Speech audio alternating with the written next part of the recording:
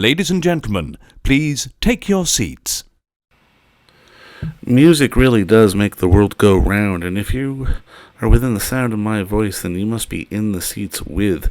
Once again, it is your favorite podcast where we interview industry professionals across a wide spectrum of professions and talk to them not only about current projects and the film that they're in, but just about the industry in general, sort of what got them into cinema, how the importance of cinema, and kind of everything under the sun. And sometimes we're gonna take some risks too. But as always, please don't forget to follow us on Apple Podcasts, on Spotify Podcasts, and you can find everything archived over at YouTube on our YouTube channel at In the Seats.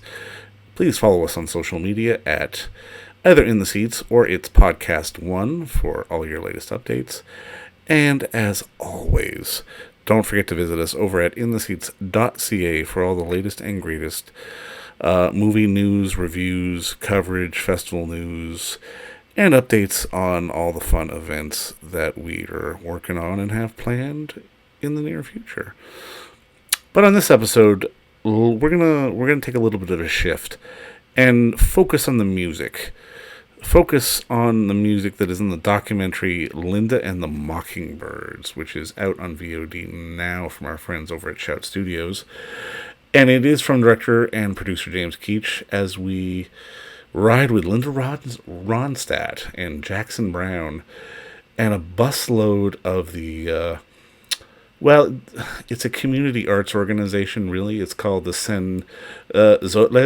I apologize if I pronounced that wrong, but in English, that's Mockingbirds, and that's the name of the film, called Linda and the Mockingbirds, as they ride from Arizona to a small town in Mexico where Linda Ronstadt's grandfather was born, and we really get to see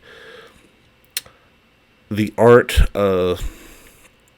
Well, the art of, like, there's Mexican folk art, Mexican folk music, just sort of the rich, lush history that gets told through music, through performance art, that we don't always really get to appreciate in various cultures around the world. And for this episode, we did actually get to talk to the founder of the Mockingbirds, Eugene Rodriguez, and just got a little background on his relationship with Linda Ronstadt and just sort of the voyage they went on making this film and the importance of music as a whole, which really does play into the whole art of cinema, which, well, if you're listening to this podcast, you know that we appreciate more than almost life itself. But this is a short one, but it's a good one, and I hope you enjoy. Well, thank you for the time today, man. I really appreciate it. Oh, sure. Happy to do it.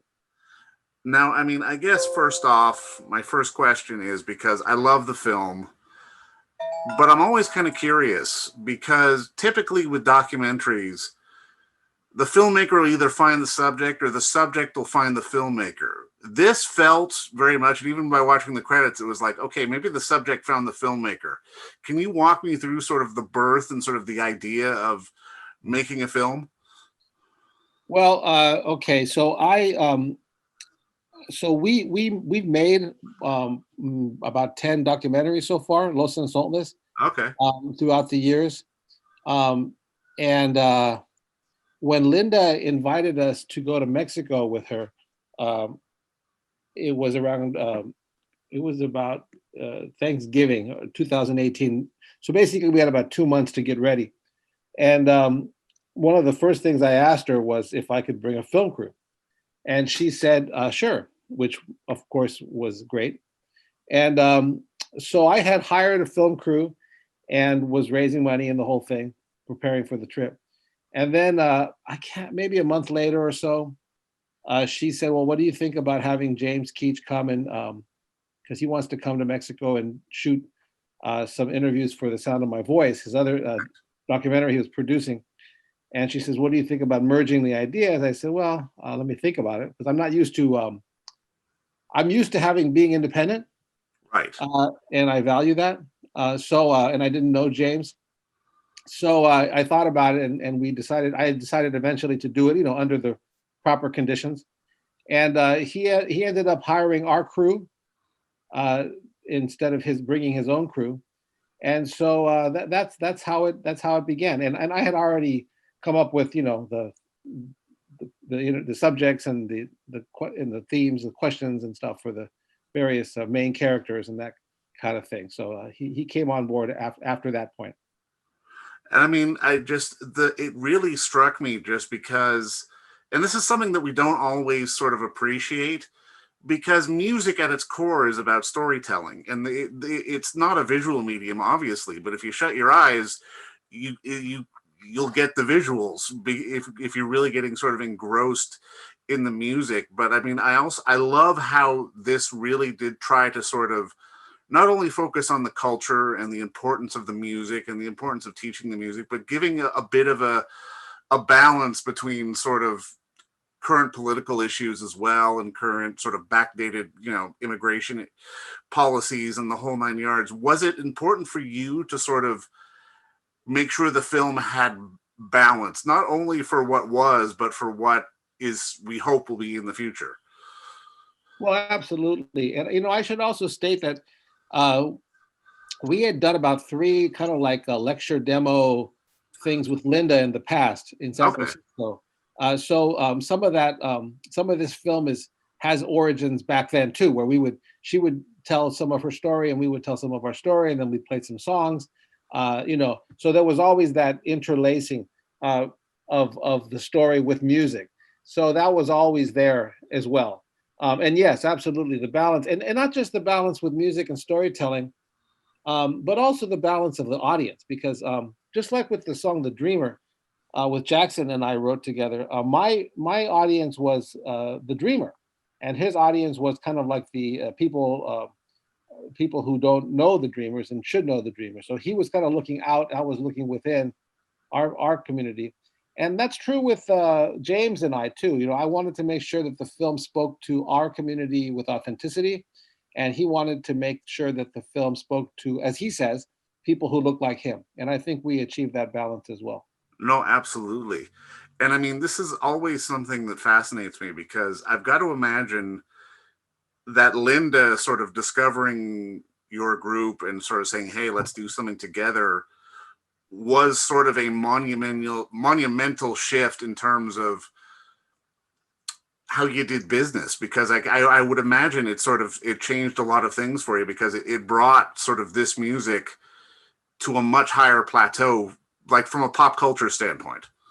Well, we met Linda back in '93, and so the impact of her friendship has been deep, but it's also been over the course of time.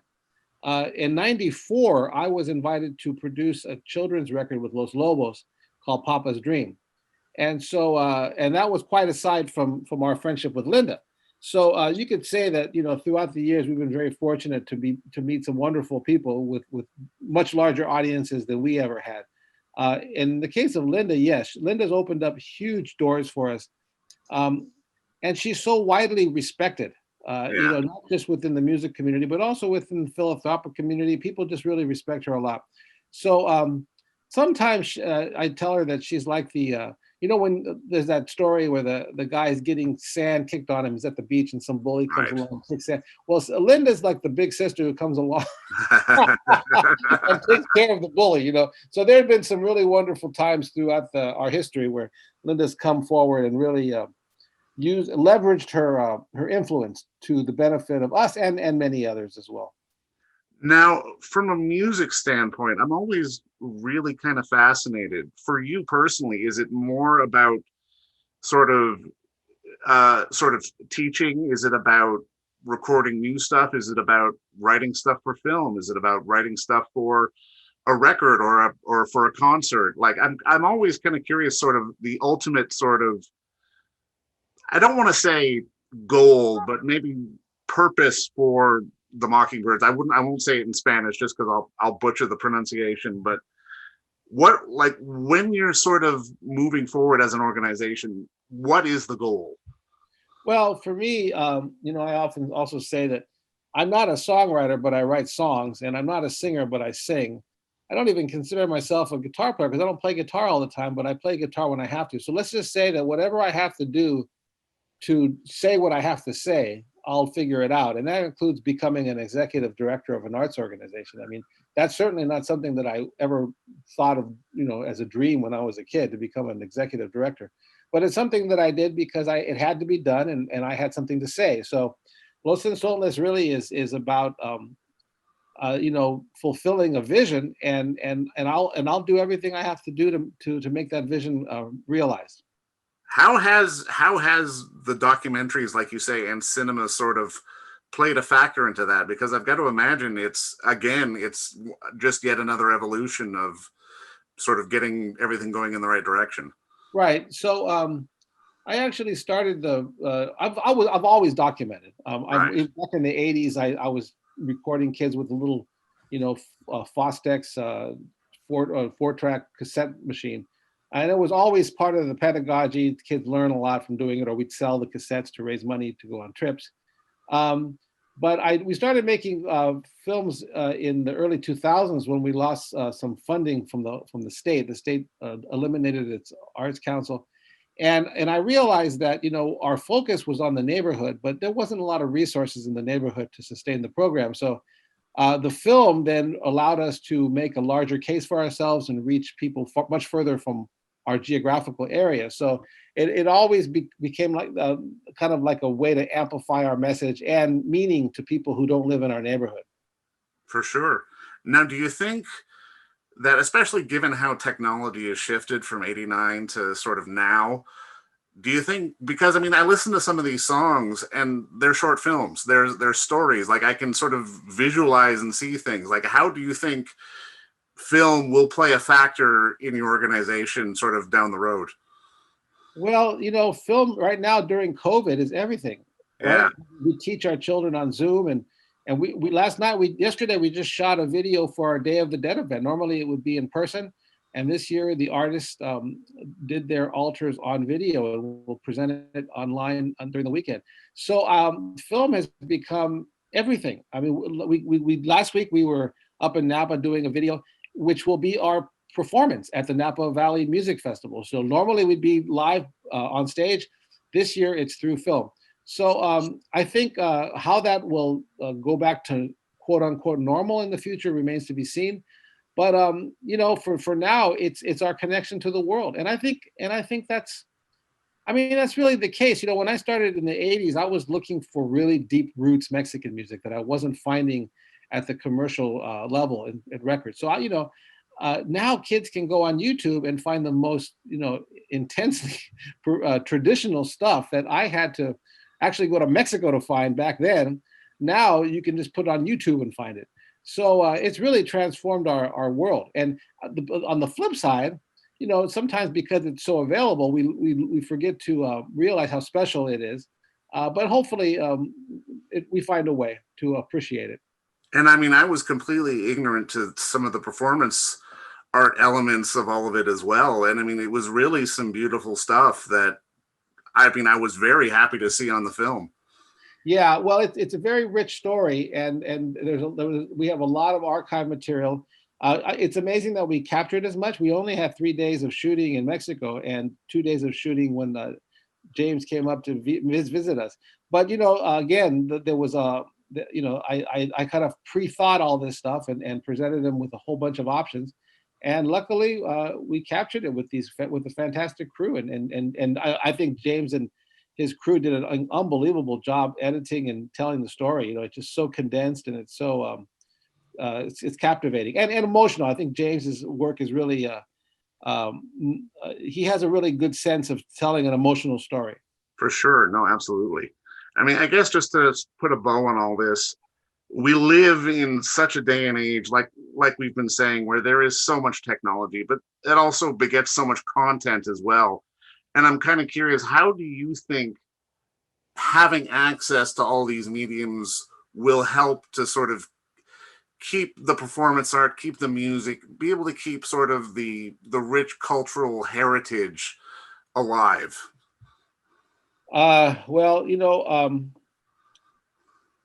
I think one of the things I think people sometimes might get confused about Linda's support for us for this many years. Linda is the ultimate performer, the ultimate artist, Yeah. and what we do really isn't focused on that. We do performance, but that's really not our main focus.